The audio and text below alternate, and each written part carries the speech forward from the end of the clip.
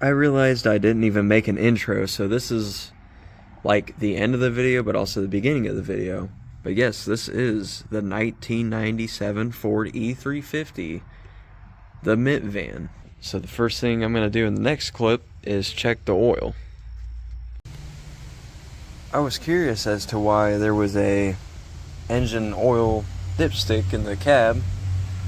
Well, this was the one that was in it. Cut off. That's a full one. I don't know why that's cut off, but alright. Okay, I got the new dipstick in here. I have not driven this van at all since it got here last night.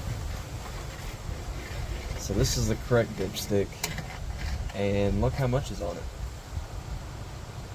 Can you see it? There is practically nothing. So that's interesting. I'm just praying that maybe this is just the wrong dipstick for this. I'll probably search up the length of it or something to try to figure it out. But this is what the engine bay looks like. I think that'll be fine, I guess. And the interior, I cleaned it up a bit. It was pretty dirty. It's still kind of dirty, but that's expected for a van. And I thought the airbag was popped, but it looks like the steering wheel is just extremely wore out. Simple swap, nothing to it. All this, definitely gonna clean all this up, make it look more professional. Got the Hydro tuner, Haggard stickers. All the fucking stickers from the old days. Don't worry, all these stickers are staying on here.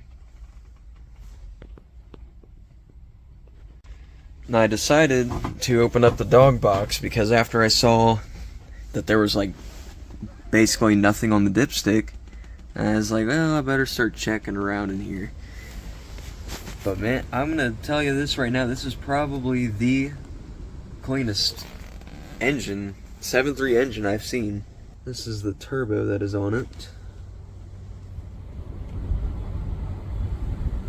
Looks like it got new up pipes at some point. Well, it's the next day. I didn't record too much yesterday. So this tire is going low. This tire has been going low at a very faster rate. So I put a jack stand under here. I'll probably have to put one over there. The reason why the 17s are in the front instead of 24s all around is Mark had to switch out the wheels in order to fit the van onto his trailer to get it here. So we'll do some close-ups of the flaws and things on this thing. So this whole bottom half is cut off. I assume it was probably like really rotted out over here. I'm literally just gonna fluid film the entire bottom of this thing. The frame though is completely solid. Like probably the cleanest frame I've seen up here in Ohio. And there are like small holes like this. Those are easy to patch. I literally have sheet metal that I can patch. This part, I can just cut this out and fix it. This stuff, literally just sand it to bare metal, Rust-Oleum spray it. This is the exhaust. Well, those are actually pretty decent on here. We are now in the interior. The interior was like a bit moldy because this windshield right here leaks. You can see the lines of where the water has been coming down. So there was like a little bit of mold here, mold up here. Seats had a little bit on it. And I got it cleaned up. I didn't get a chance to get to the back seat yet. So yeah, it's definitely a bit dirty. But I've been slowly working at cleaning it up. I'm gonna get a new vent here, new knob, new radio, new vent over there. The seats, I was gonna rip them out and put different seats in it, but these seats are actually like really comfortable. Look at them welds though. Oh, I forgot, the fenders, Rudnick gave me the fenders that say E Super Duty on them. Yeah, they're right here. There's the other wheels and then the OG 17s. I'm definitely gonna get the mint sticker made and put it right back on here. I'm gonna fix some of this rust that's like up here. I don't know if the roof has ever been cleaned before. Yeah, I don't think this roof has ever been cleaned before. Now we're looking at the front bumper that they were gonna put on the van. And Rudnick said what he was gonna do is he was gonna cut it something like this, I think. I don't know if he was cutting to the body line or to the top, but cutting it to where the intercooler is exposed. And I think I'll do that just to go along with what he was gonna do with the van. But I'll have to hit him up and figure out how he was gonna have it done. That way I can replicate it and have it look good on the van. Because technically, running it like this is illegal because you have to have some sort of bumper support. And I don't know, I'm really indecisive because I really like the exposed intercooler look. I mean, it'll still be exposed either way, but this looks way more badass than a bumper. Anyways, y'all don't have to worry. This thing is in good hands. I'm not going to neglect it. I'm not going to treat it like shit or anything. I'm going to try my hardest to restore this thing back to the best it ever was. I apologize for the monotone talking. I just got off work like an hour ago, and I'm really tired. She will definitely be put back into her prime. It might be a slow process. It might be a quick process. I don't know. My channel is not monetized at all. So I'm literally just doing this out of my pocket, but it'll be a fun time. And if we're going to talk about spray foamed quarter panels, the Integra. And more rust on the rockers. It gets better though. If you think that's a biggin'. Look at this fucking crater. You can literally see through the car. Left it on the charger for a bit longer, so I think I'm gonna see if it'll start up. Take 5. It starts now, but attempt number 8. I'll let the battery charge for a while.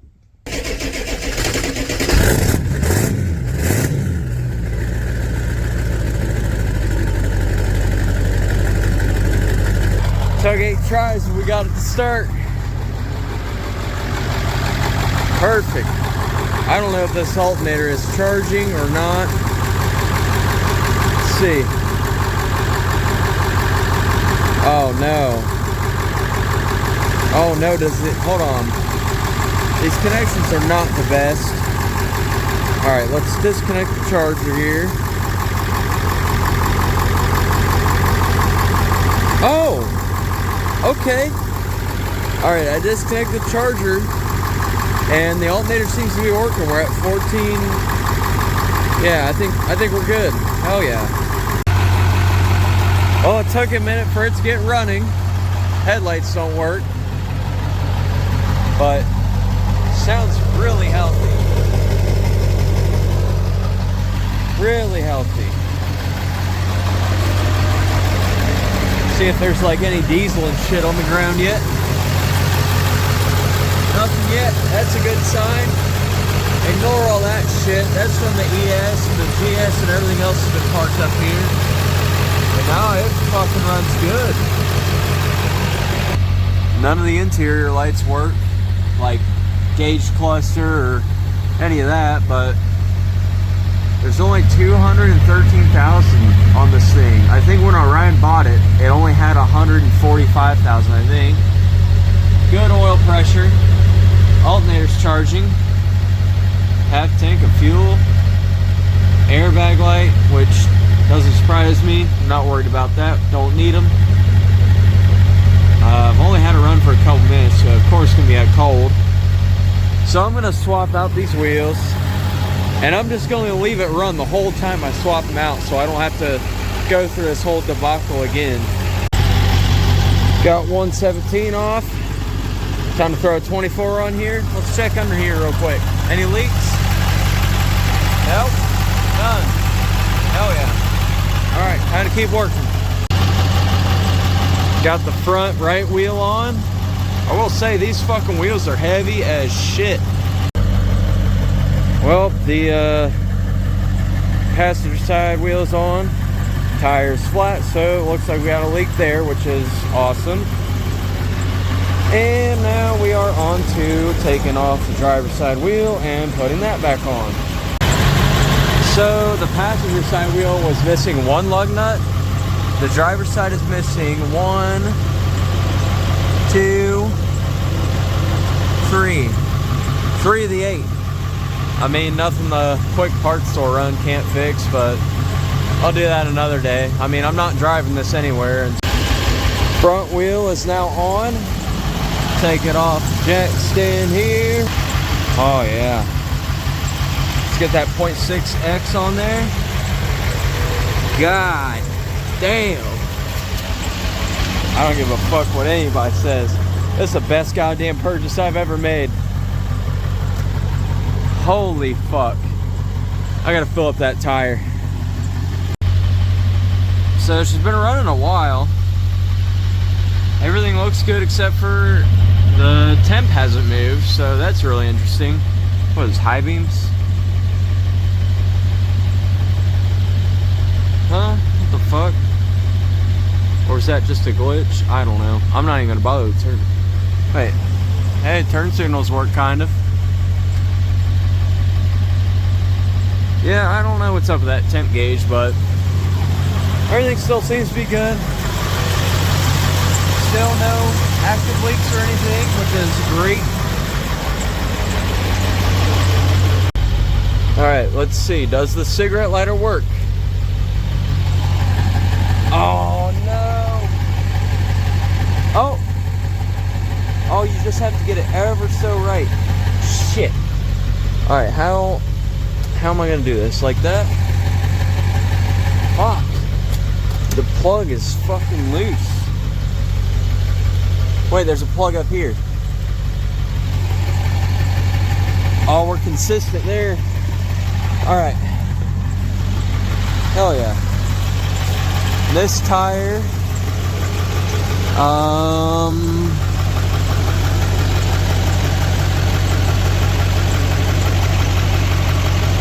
65 PSI, we'll just put it up to 50.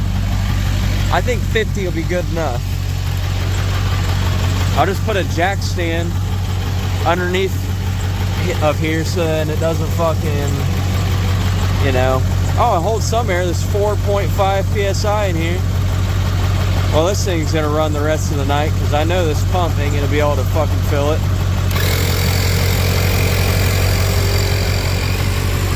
Good night. While I wait on that, I'm gonna see if I can see if the headlights are just unplugged. Maybe they're burnt. I don't know.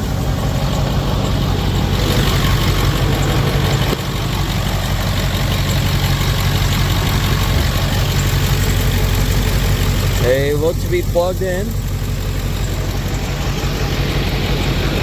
I can't really tell if the bulbs are blown out. I really don't feel like pulling these bulbs. No, the bulbs look fine. I don't know why they're not working. There's probably a fuse. I don't know. We've got quite a few wiring things and whatnot to look over. Drivetrain wise, perfect. It's just the minuscule things like headlights and the instrument cluster and why the coolant temp doesn't work. It's just minuscule things like that, and like interior lights, you know, just small shit. This ain't no, you know, body swap or any of that. I want to keep the just the whole OG aesthetic of this thing, keep it as it is, fix it up, make it nice in the Haggard standard.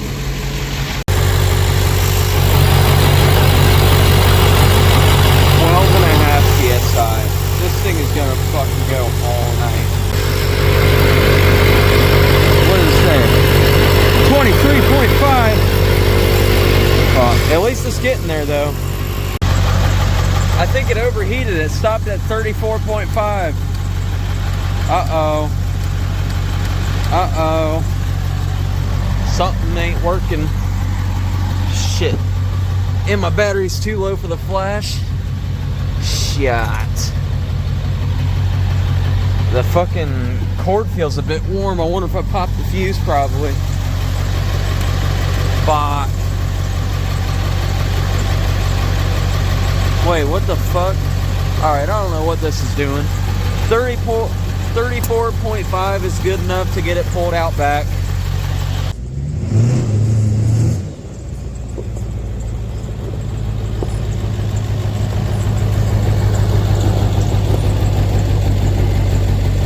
Alright, well, that will conclude our little video checking out the Mint van and all that. Oh, and I figured out the whole steering situation. This tie rod end is hella loose. I mean, I'm gonna replace both tie rod ends, pitman arm, and whatever else in the front, you know, front steering components. I haven't seen any play in those. I shook the wheel up and down and it didn't move. Side to side, it definitely moved a lot from this one specifically. The other one didn't, but I'm just gonna replace them anyway. I would get some like B-roll. Actually, yeah, I'm gonna shoot some B-roll for the end of the video.